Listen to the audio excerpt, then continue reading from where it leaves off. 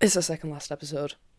Yay! And since it's the second last episode, I'm gonna be doing away with my usual format of pretending that I have a usual format. And we're gonna be focusing on theories on what the last episode is gonna entail. And I'm just gonna say it, spoilers for episode 15. Because I'm pretty sure that a big mystery that was proposed to us this episode has been solved. But you're gonna have to watch the rest of the video to find out what it is. That's right, I'm getting used to the YouTube thing. Okay, let's dive into the thick and juicy part of this episode. Oh my god. Starting with the one, the only. You'll never guess who it is. Are you ready? It's Robbie.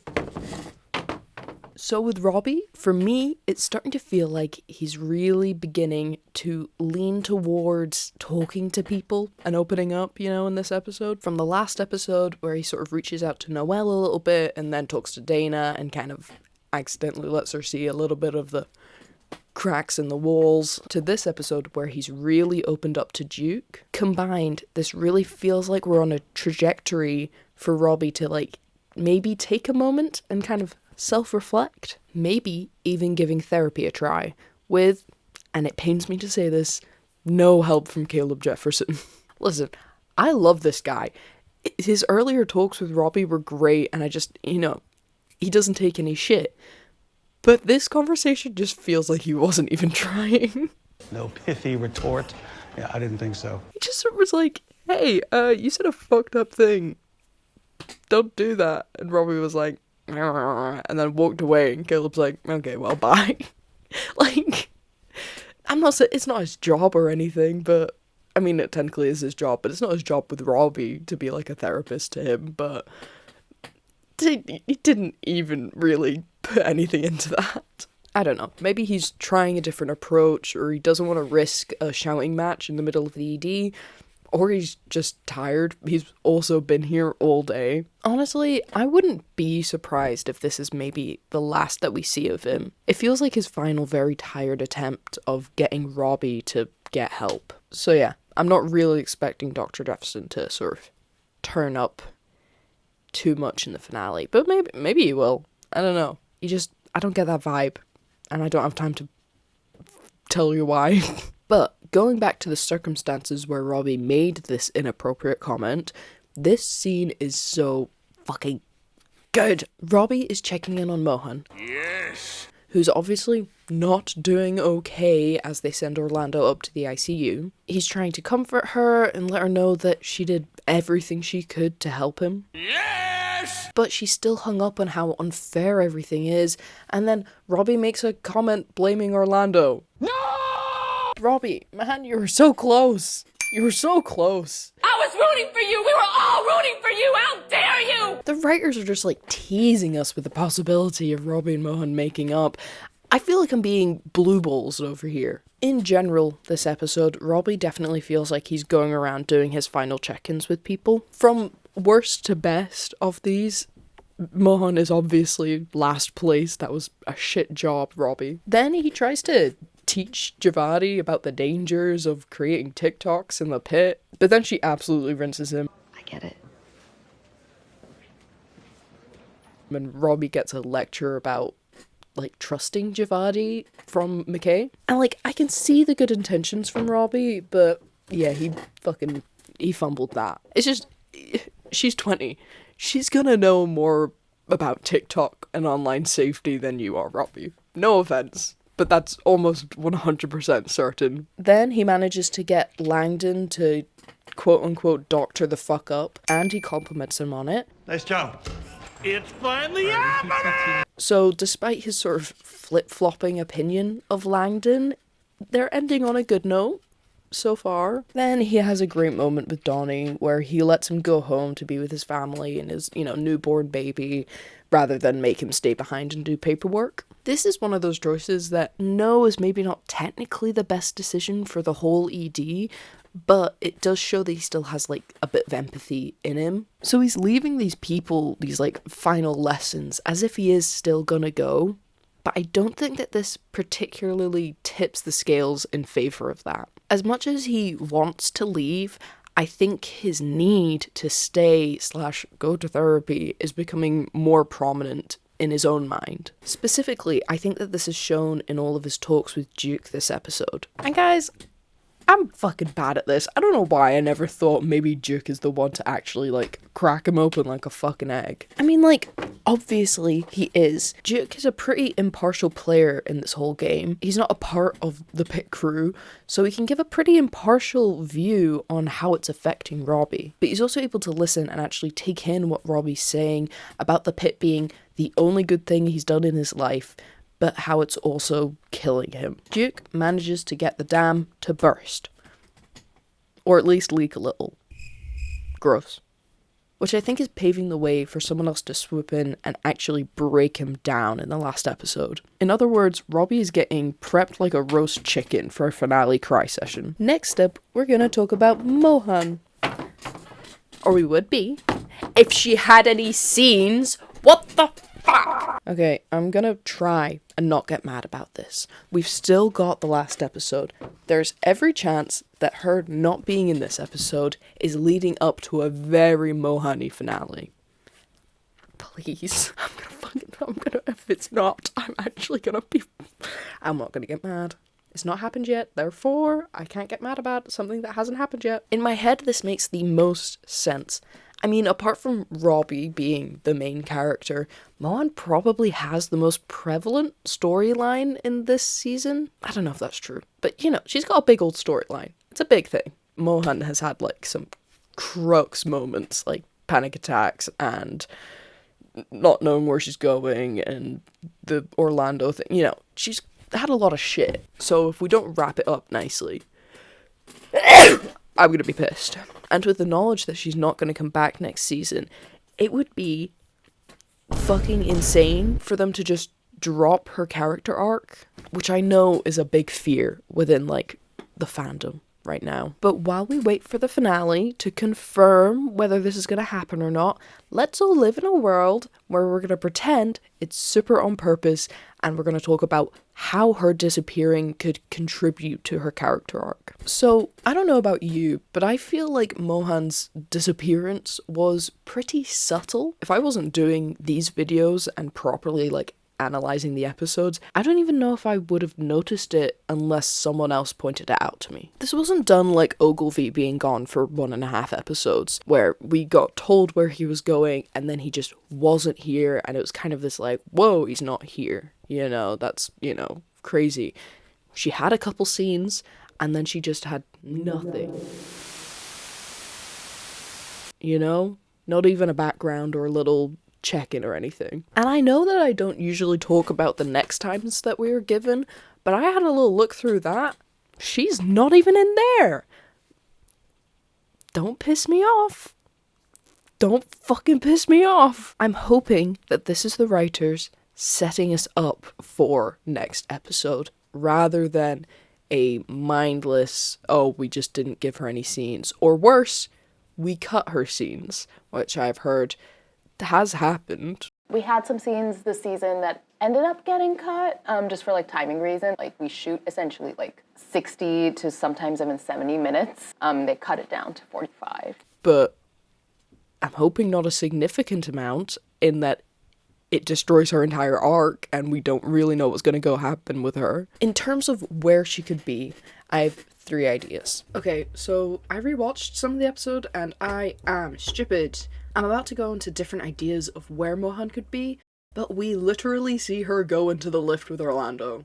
So we do know where she is, but I'm gonna keep the next bit in because it still feels like stuff that could happen in the next episode. 1, she's with Orlando, kind of torturing herself with staying with him, and or following up on the idea that he maybe tried to kill himself. 2, maybe she's phoning her mum. I think that this would be a pretty good way of wrapping up her story, at least in like the mum department. Maybe she's just checking in, maybe she's making some sort of arrangements for her. I don't really know, but it's a possibility. And 3,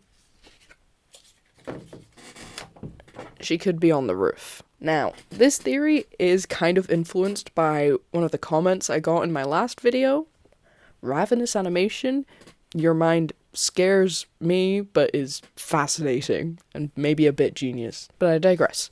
We all know that Mohan is not in the best place right now mentally. The few scenes that we did have with her this episode, she wasn't even upset, she was just tired and disassociating. So I feel like the roof is a relatively logical place for her to be. Plus, we haven't seen hide nor hair of this location the whole season, so it would be interesting to bring it back with a new character. Also, plus, it would bring more parallels between Robbie and Mohan, and really demonstrate to Robbie how his mental health crisis is having a bad effect on his proteges. Now, I couldn't tell you if the writers are going to go all the way and make Mohan jump, make her jump, write her, Ow, I stopped myself. I think it would be, like, the darkest the show has ever gone. Not just in the action itself, because obviously a lot of dark shit happens on this show, but this would be the first time it really happens with, like, a doctor rather than a patient. So following through on this idea would be quite risky tonally,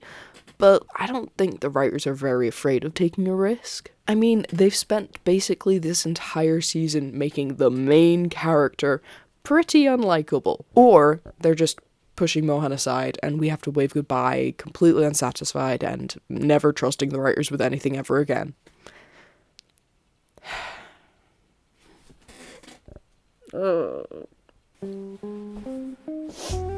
Alright, enough of this sad shit. I'm Detective E. Diot. I also like to watch The Pitt, but unlike your usual host, I like to do real investigative work. And I'm here to tell you, I've done it. I have found Whitaker's badge. Yes, hold your applause, I know it's impressive. It took hours and hours of research, but I have narrowed it down to 14 possible locations. Sorry. What? What do you mean we have no time? No, but I did all the research.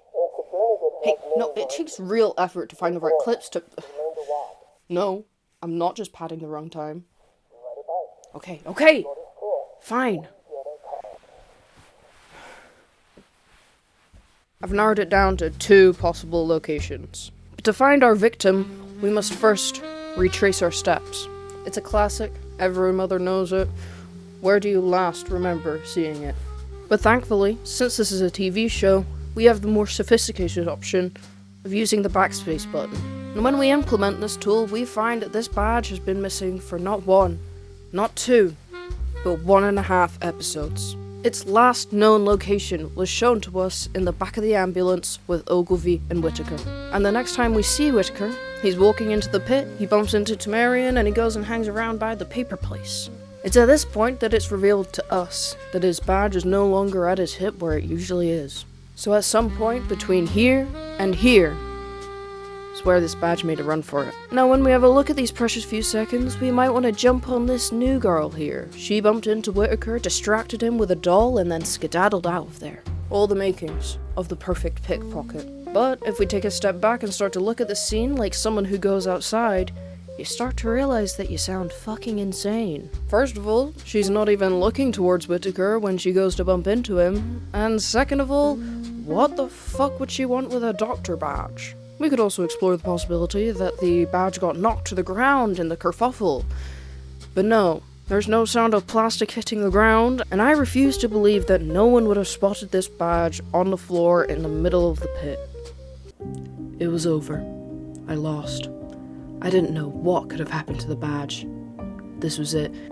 The big break in my career was fading from my fingers. I was never going to move out of my parents' place. They were going to make me take a job stocking shelves at Sainsbury's. My life was over at 31. But then... Of course! We've been looking at this all wrong. Yes, the badge was missing from this point on, but that's just what we're seeing. What did Whitaker say to Ogilvy before sending him home? Okay, pull off your gown. I'll take it in. Ugh, I've been so stupid. When Whitaker gets back to the ER, no, he doesn't have the badge, but he also doesn't have that apron. He got rid of it sometime before, and as we've seen demonstrated, those aprons go straight in the bin. With his badge on his hip, there's every chance it got caught in the crossfire. It's in the bin. It's in the bin. I am the greatest detective in the world. Well, I hope we all enjoyed that. All right, on to the little bits and pieces.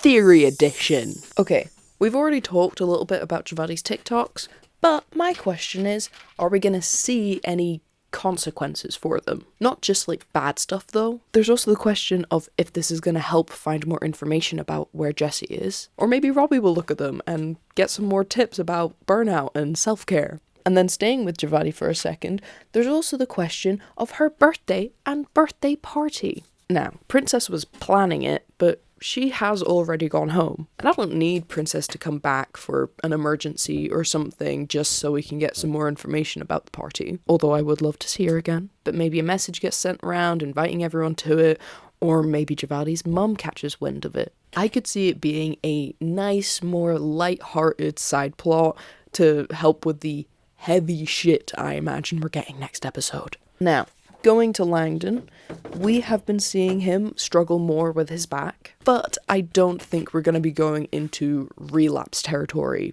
yet. He's being very open about it and even poking fun at Whitaker for giving him like a look while he's taking some painkillers. Relax, buddy, it's Advil. What? Also, side note, I love that Whitaker stood up for himself a little bit here. It really feels like all the little shit things that have happened in the past couple episodes are just starting to really grind on him, like Joy calling out his unhousedness and losing his badge. But back to Langdon, I'm going to strike relapse off the table for the next episode. I think this is going to be more about showing the constant struggle having an addiction is, especially in a highly stressful and highly physical environment like the ED. Now, if we're going to discuss Langdon, we have to talk about Santos. What is a yin without the yang? And we didn't get a whole lot of her this episode. I mean, she was serving looks and one-liners that delighted me every time she came across my screen. But in terms of her character arc and such, there isn't a whole lot to go on. The main question that I'm hoping gets answered next week is how she's going to spend her 4th of July. I'm kind of going to rule Garcia out for this, but maybe there's a chance she hits up Santos. Mostly this depends on what Whitaker's doing or if anyone else reaches out to her. But the vibe that I'm getting is that she's maybe not going to have a nice happy ending this season. Her whole arc this season feels like it's going to roll into season 3, similar to how Robbie's whole PTSD and that stuff rolled into this season's story. And there's also the possibility that she's just going to fully rat and Langdon to the whole ER, or maybe just a few select people. But again, this feels like a big thing to start in the last episode, so season 3 is probably where that would go. Honestly, as long as we get one last scene between like her and Whitaker, or even her and Robbie, I'll be happy. I love these dynamics. Then with McKay, we had a bit of her mourning her 4th of July plans and potentially replacing them with like a cozy night in. So truly, I think the main thing that's going to happen with her is whether or not she's going to go out after the shift is over or stay in. And I'm really hoping that she manages to go out. I mean, like, remember episode 1, McKay? That girl was raring to go. Don't let 15-hour shift dim your sparkle, lady. Go tap that. Okay, I do want to talk about Whitaker again, because you guys know that I, for some reason, cannot shut up about this man.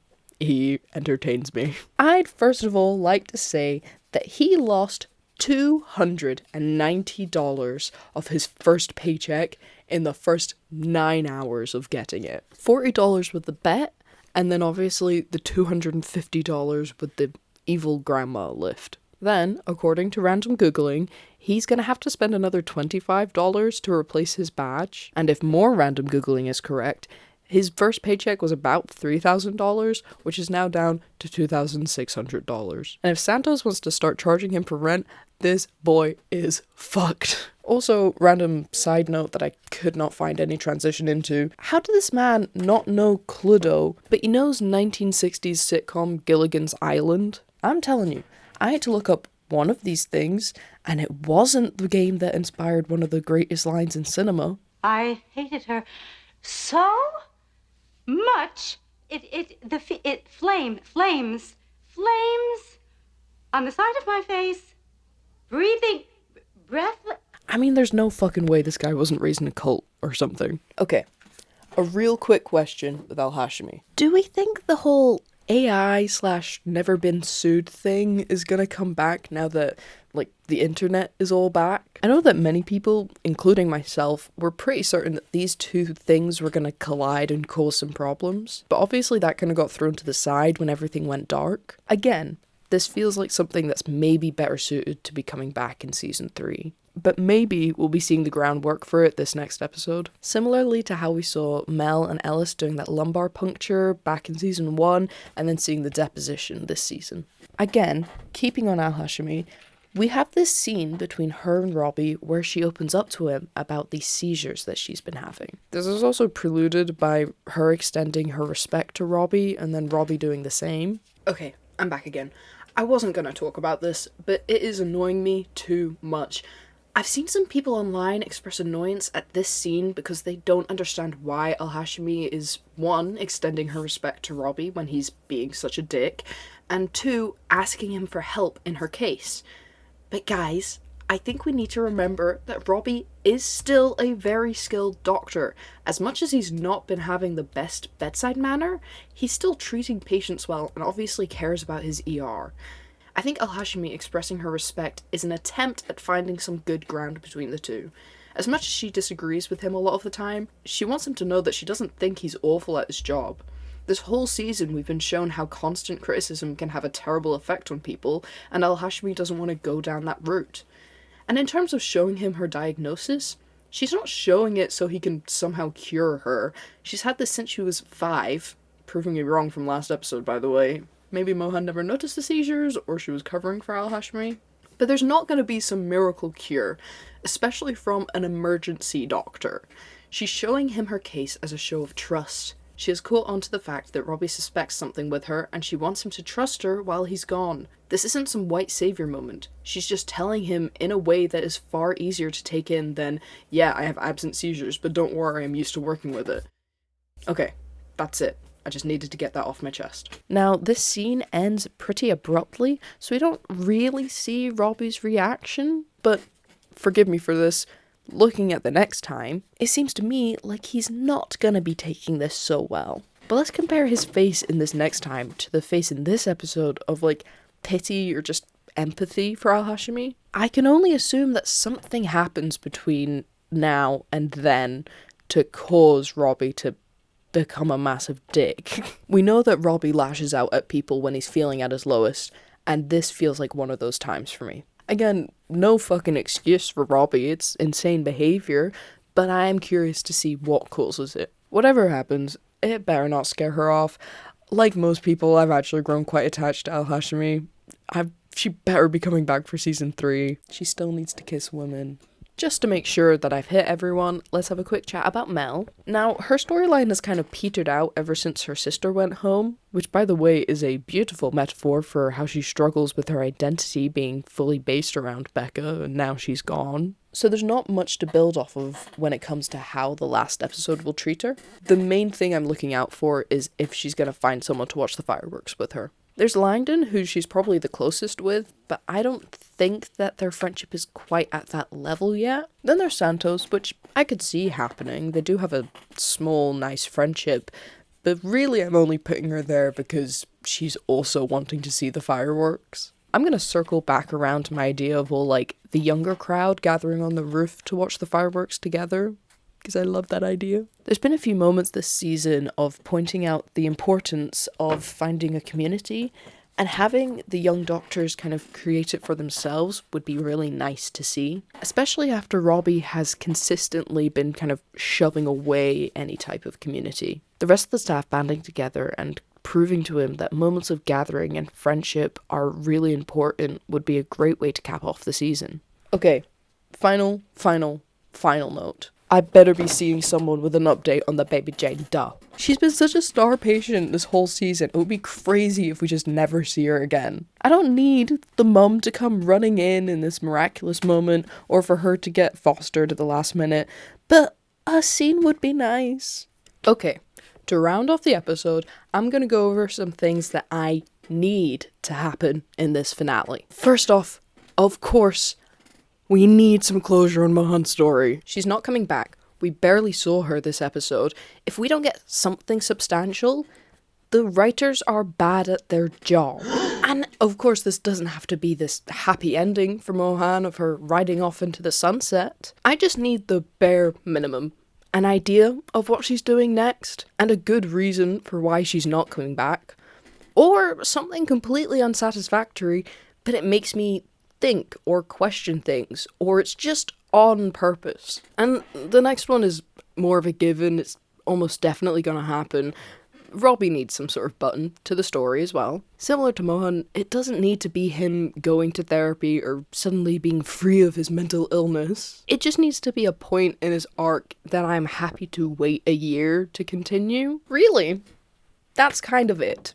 It feels like a low bar, but honestly, if their two stories are done well and everything else is kind of left for season 3 and onwards, I'll be happy as a lamb. There is not much time left, but I am so sure that it is possible. I'm just a bit worried about this tight window of time the writers have given themselves to make us satisfied with the ending. So using that time wisely and just focusing on these two characters makes the most sense to me. It's a low bar. It's a low, low bar. Writers, I know that this episode's already been filmed. I know that it's probably edited and ready to go. But please, God, let it be good. Why am I acting like my entire life depends on this? Okay. It's getting a little... I need to calm down. And now to finish us off, it's time for the register. Everyone, pay attention. When I call your name, raise your hand and say here.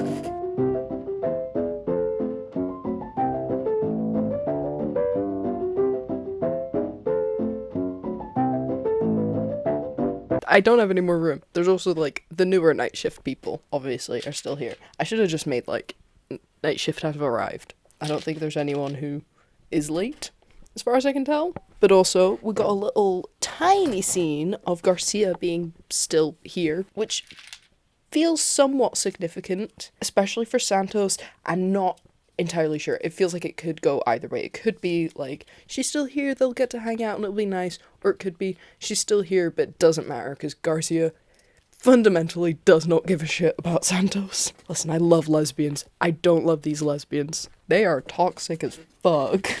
Emma, come back. Also, as we've gone over, Donnie has also now gone home. Bye, King. You're unproblematic. You're like the best nurse in here. We love you. Apart from Dana. Sorry. But we do love you. Oh shit. Also, fuck. I totally forgot. I just put it up and I didn't say anything. There's a new night shift receptionist. I remembered because Lupe left. Bye, Lupe. Have a good night, girl. She's the usual... I don't know if it's a receptionist, but it's a receptionist-esque job. So that's what I'm fucking calling it. Sorry. But new one who has something going on with Giovanni. These lesbians, they're a mess. These lesbians could be beautiful. They had one interaction and I'm obsessed with that. Give me more information. Fucking Monica left. Good. Good. Good, good, good, good, good. Fucking goodbye. What a bitch. Guys, one more episode. You gonna miss me? Ew, gross, don't answer that. My video for the finale is probably gonna be a doozy. You know, it's the finale. I'm gonna try and put as much effort into it as I can. So, subscribe if you want to see it. Do that. But in preparation, all together, let's just take a breath, level our expectations for the next episode. But also I need to find out the origins of that CPR dog.